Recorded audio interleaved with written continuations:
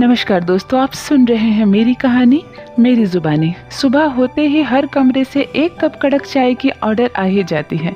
राकेश आवाज़ देता है, सुधा एक कप कड़क चाय हो जाए। सुधा की आंख खुलती है और उसके कानों में बस एक कप कड़क चाय की डिमांड होती है। बाबूजी अपने ही कमरे से कहते हैं, बहू मेरी चाय यहीं ले आना और चीनी ज़रा कम डालना, मुझे सुबह सुबह बहुत मीठी चाय पीने की आदत नहीं है। सुधा चुपचाप से सुन रही है। सासू माँ कहती है, बेटा मेरा कमरा में ही मेरी चाय ले आना और चाय थोड़ी मीठी बनाना, सुबह सुबह फीकी चाय पीने से पूरा दिन खराब हो जाता है। सुधा ये भी सुन रही है। राकेश फिर से आवाज़ देता है, क्या यार उठो ना, एक कप कड़क चाय बनाकर दो ना, थोड़ी इलायची थोड़ी काली मिर्च डालना उस।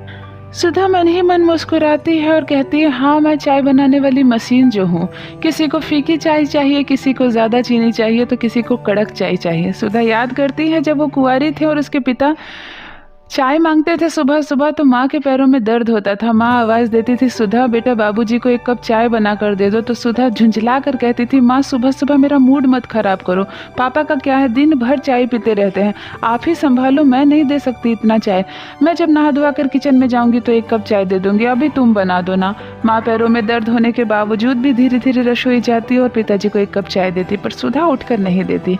आज ससुराल में किसी को भी जवाब नहीं दे सकती है और हर किसी की फरमाइशी चाय उसके कमरे में पहुंचानी पड़ेगी। किसी ने ये नहीं कहा कि सुधा अपने लिए भी एक कप अच्छी सी चाय बना लेना। सुधा मन ही मन मुस्कुराती और कहती है, यही तो विडंबना है बहू की। छोटी ननद रसोई में कुछ बर्तनों की आवाज़ कर रही है। सुधा समझ जाती है कि छोटी ननद गुस्से में चाय बनाने गई है, मैं जो देर कर रही हूँ। सासू माँ से तो आज मेरी खैर नहीं होगी अगर ननद रानी ने चाय बना दी। सुधा भागती हुई सर पे आंचल ढकते हुए किचन जाती है, कहती है, दीदी आप हटिए, मैं बना रही हूँ चाय। छोटी ननद आरती कहती है, रहने दीजिए भाभी, आप सो रही थी इसीलिए मुझे लगा मैं बना देती हूँ, अगर आपके पैरों में दर्द है तो आप जाकर सोइए, मैं आपकी चाय आपके कमरे में पहुँचा दूँगी। सुधा समझ जाती है इस बात में ताना मारा जा रहा है मुझे। वो कहती है, नहीं दीदी मेरे पैरों में कोई दर्द नहीं, आप जाइए ना, मैं चाय ला रही हूँ।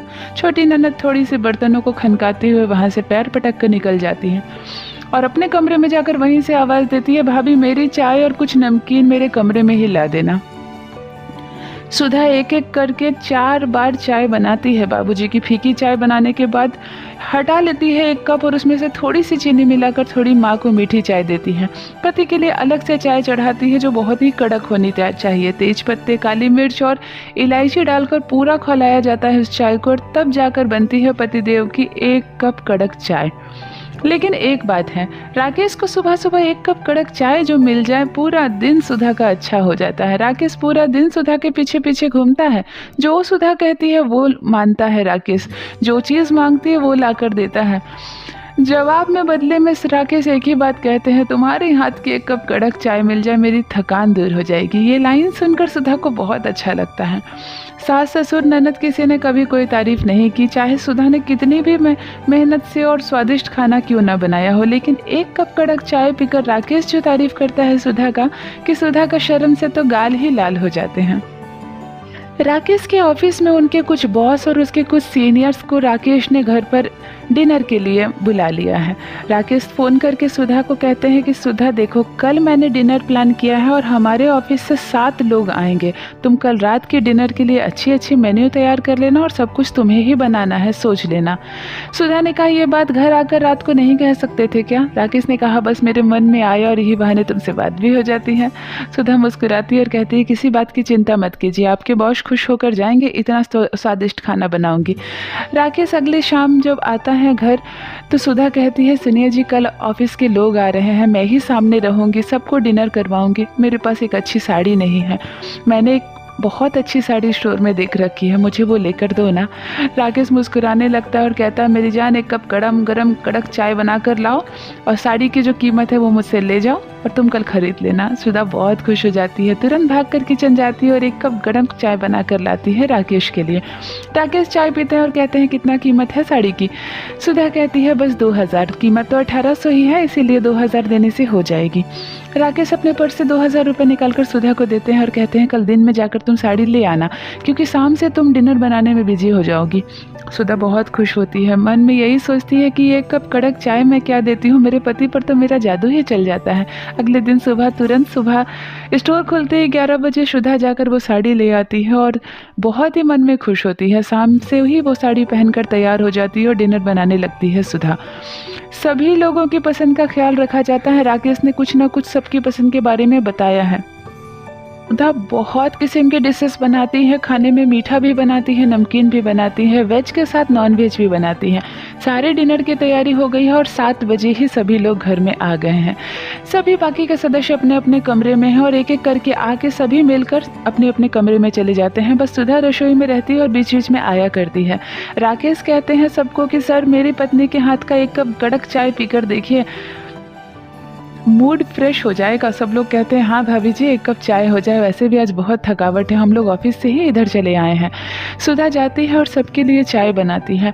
जैसा पति को कड़क चाय बनाकर देती है वैसे ही सबके लिए बनाकर लाती है। सभी चाय की पहली चुस्की लेते ही हैरान रह जाते हैं कि ये तो हमारे ऑफिस के सामने जो कड़क चाय वाला है उससे भी अच्छी चाय है। सभी कहने लगते हैं राकेश को, यू आर लकी मैन, तुम्हें तो ऐसी चाय रोज पीने को मिलती होगी। राकेश मुस्कुराते हुए सुधा की तरफ एक नज़र भर देखता है। सुधा शर्म से आंखें नीचे कर लेती है। सुधा को ऐसा अहम होता है अपने ऊपर कि मैं बहुत खुशनसीब हूँ जो राकेश जैसे पति मुझे मिले। आज इतने लोगों के सामने मेरी चाय की तारीफ़ करके मेरा सम्मान बढ़ा रहे हैं।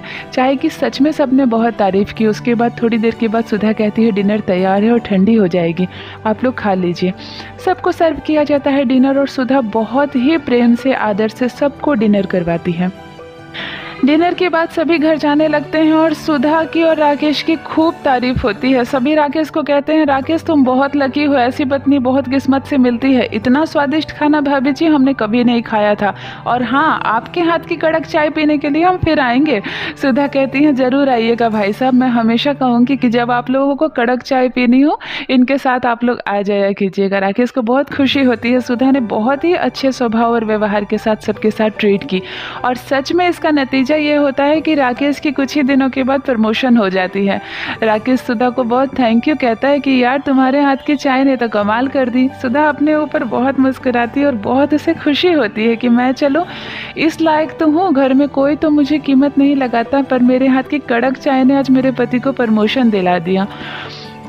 तो ये थी दोस्तों एक पति पत्नी की एक साधारण सी कहानी जिसमें 1 कप कड़क चाय की वजह से पति का प्यार मिलता है पत्नी को। आशा करती हूँ दोस्तों ये कहानी आपको अच्छी लगी होगी। मेरी कहानियाँ पसंद आए तो चैनल को सब्सक्राइब ज़रूर कीजिए। बने रहिए मेरे साथ। आप सुन रहे हैं मेरी कहानी मेरी ज़ुबानी। धन्यवाद।